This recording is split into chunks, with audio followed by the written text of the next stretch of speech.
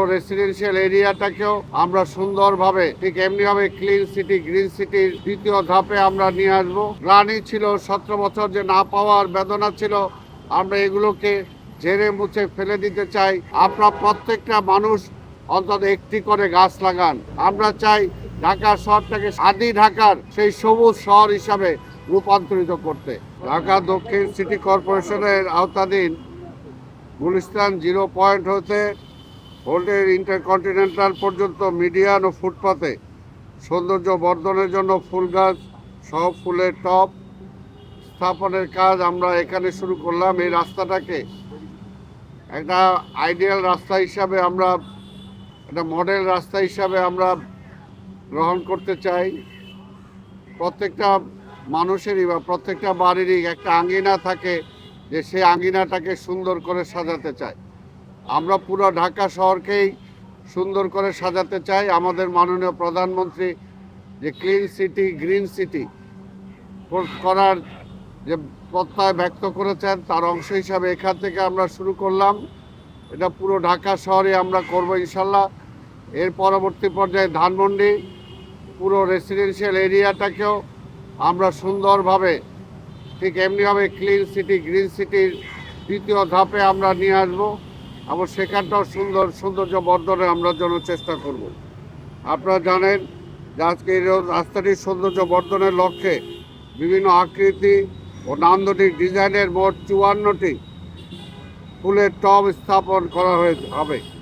বাগান বিলাস, রঙ্গন, অলকানন্দা, পর্তুলিকা, কামিনী সহ বিভিন্ন ধরনের রঙিন ফুল গাছ দিয়ে ফুলের টবগুলো সাজানো হবে। আমরা চাই যে মানুষ যত গরিবই হোক না কেন, তারপরও সে একটু সুন্দর থাকতে চায়। তা আমাদের বাংলাদেশের অর্থনীতি আপনারা দেখেছেন যে আজকে বিশ্ব অর্থনীতির আজকে মধ্যপ্রাচ্যের যুদ্ধের কারণে ক্ষতিগ্রস্ত, কিন্তু তারপরে আমাদের নেতা তারেক রহমানের মুখে বা কার্যে কিন্তু কোনো হতাশা নাই।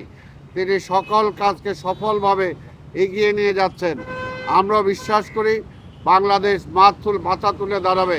17 বছর যে আমাদের গ্লানি ছিল, 17 বছর যে না পাওয়ার বেদনা ছিল, আমরা এগুলোকে ঝেড়ে মুছে ফেলে দিতে চাই।